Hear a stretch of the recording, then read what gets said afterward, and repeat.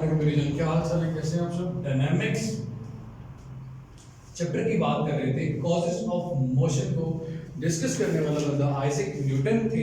इनका first law कल हम डिस्कस कर चुके हैं, जिसमें हमने ये कहा था कि in the absence of force, force की गैर मौजूदगी में ऑब्जेक्ट का एक्सेलरेशन हमेशा जीरो रहता है।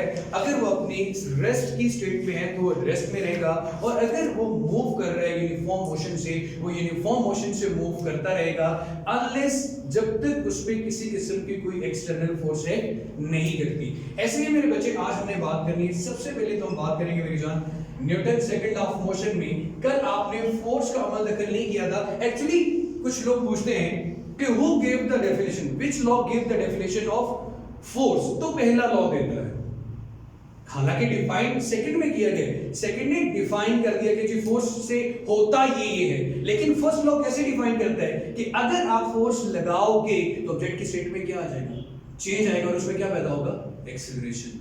तो ये याद रखिएगा, सेकंड नहीं बल्कि फर्स्ट लॉ किसकी डेफिनेशन देता है, फोर्स की। सेकंड लॉ क्या करता है मेरा बेटा, सिर्फ उसके इफेक्ट बताता है कि उससे होता क्या है। So Newton second law of motion board के पॉइंट ऑफ व्यू से ये बहुत इंपॉर्टेंट, लॉन्ग भी है, शॉर्ट भी। कल मेरे बच्चे ने एक दिन मुझसे पूछा भी था कि सर आप ना हर टॉपिक के साथ साथ मेंशन कर दिया करें कि इंपॉर्टेंट लॉन्ग है शॉर्ट है, तो ये लॉन्ग क्वेश्चन भी है और शॉर्ट क्वेश्चन भी है। ठीक है मेरे जान। अब मेरे बेटे इसको जरा समझना बहुत आसान है।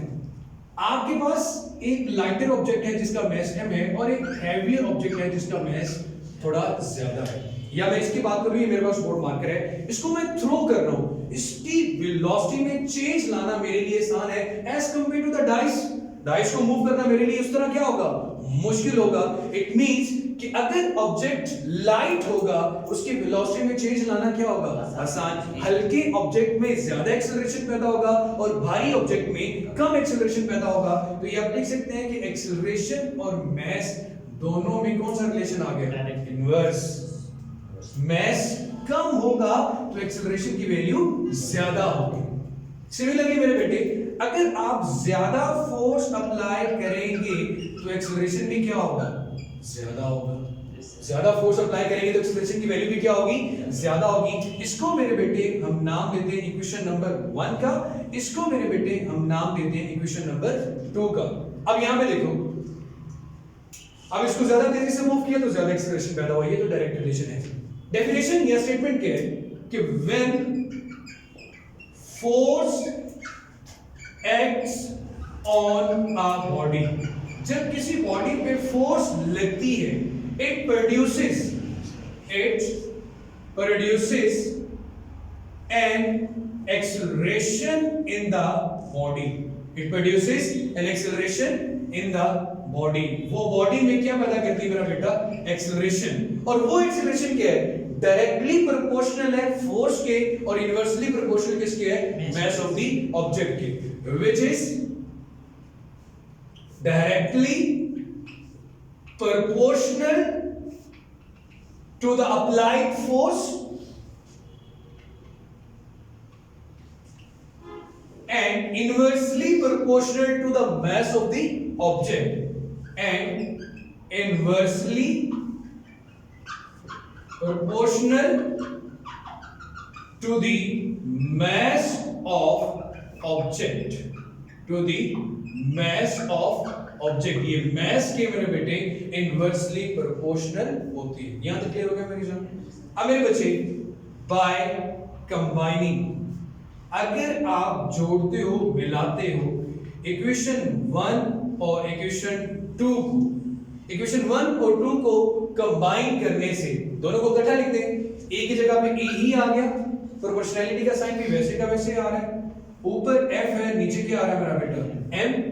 इस प्रोपोर्शनैलिटी का साइन आपको ये बता रहा है कि फोर्स और एक्सेलरेशन में डायरेक्ट रिलेशन है, कि इसको बढ़ाने से ये बढ़ेगा या इसको कम करने से ये बढ़ रहा है। लेकिन कितना कम हो रहा है, कितना बढ़ रहा है, इसको कंप्यूट करने के लिए, इसको कैलकुलेट करने के लिए you have to put the equality over here. आपको यहां पे इक्वलिटी का साइन लाना है, इक्वेशन बनानी है, तब जाके आप एक मैग्नीट्यूड, एक आंसर निकाल सकते हैं। अदरवाइज आप सिर्फ प्रोपोर्शनैलिटी को डिस्कस कर रहे हैं।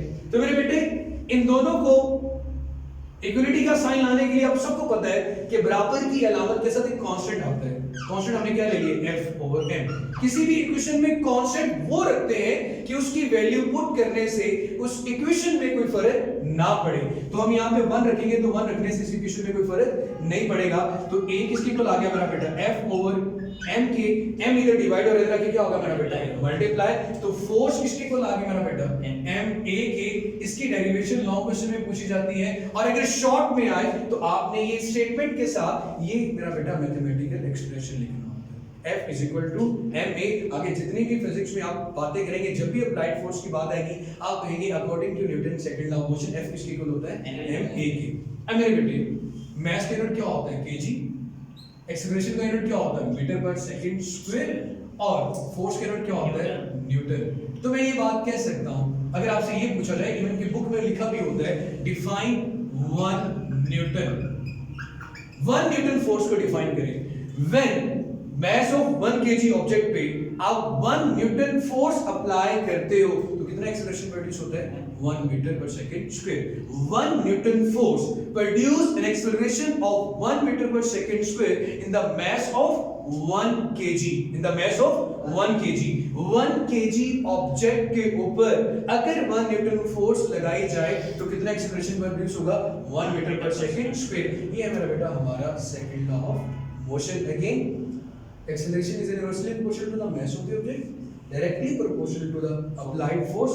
दोनों प्रोपोर्शनैलिटी को कंबाइन किया, हमारे पास आ गया a is equal to f over l and f किसके इक्वल आ गया मेरा बेटा m a के। तो ये मेरा बेटा आज का टॉपिक था। कोई क्वेश्चन हो तो कमेंट सेक्शन में पूछ सकते हैं और चैनल सब्सक्राइब नहीं किया तो एम नज़ीर चैनल को सब्सक्राइब कर ले।